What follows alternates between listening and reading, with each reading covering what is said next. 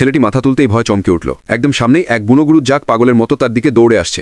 সে পালানোর চেষ্টা করল, কিন্তু তখন অনেক দেরি হয়ে গেছে। পরের মুহূর্তেই সেই জাক তাকে শিং দিয়ে আঘাত করে ছুড়ে ফেলল পাহাড়ের কিনারা থেকে। কিন্তু সৌভাগ্যবশত মাঝপথে সে একখানা পাথর ধরে ফেলল। তবে মাত্র 2 সেকেন্ড টিকতে পারল, পাথরটা হঠাৎ ভেঙে গেল। অসংখ্যবার পাথরে আছড়ে পড়ে অবশেষে সে এক সরু শিলার ওপর পড়ে অজ্ঞান হয়ে গেল। তীরে দাঁড়িয়ে থাকা তার বাবা ছেলেকে বাঁচাতে নিচে ঝাঁপ দিতে চাইলেন, কিন্তু গ্রামের লোকেরা তাকে টেনে ধরে ফেলল।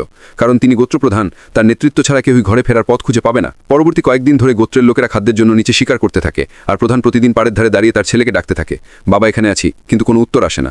তিনি যতই ডাকেন কণ্ঠ ভেঙে যায়, কিন্তু নীরবতা ছাড়া কিছুই শোনা যায় না। শেষে তিনি বিশ্বাস করলেন তার ছেলে মারা গেছে। অশ্রুসিক্ত চোখে তিনি ছেলের জন্য একটি সমাধি ফলক বানালেন, তারপর দেহে সংরক্ষণ দ্রব্য ছিটিয়ে দিলেন যেন পশুরা মৃতদেহ ছিঁড়ে না খায়। কিন্তু তিনি পেছন ফিরে যেতেই একটি বিশাল শকুন উড়ে এসে ছেলের শরীরে ঠোঁট বসিয়ে দিল। তীব্র যন্ত্রণায় ছেলেটির জ্ঞান ফিরে এলো। সে শকুনটিকে মেরে তাড়িয়ে দিল। তারপর বুঝলো সে এখনো বেঁচে আছে, কিন্তু একদম পাহাড়ের দেয়ালে আটকে পড়েছে। সে চিৎকার করে বাবাকে ডাকলো, কিন্তু কোনো সাড়া নেই। চেষ্টা করলো নিচে নামতে, কিন্তু গোড়ালি ভাঙা, পা কাঁপছে, শরীর ধরে রাখতে পারছে না। সে এখন মাঝ আকাশে ঝুলে আছে, উপরে উঠতে পারছে না, নিচেও নামতে পারছে না।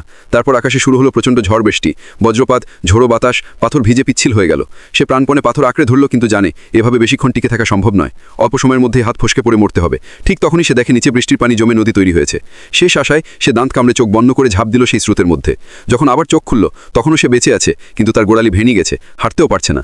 সে হামাগুড়ি দিয়ে একটি জলাশয়ের কাছে গেল, পানি খেলো, তারপর পাথরের সাহায্যে নিজের ভাঙা পা জোড়া লাগাতে শুরু করলো।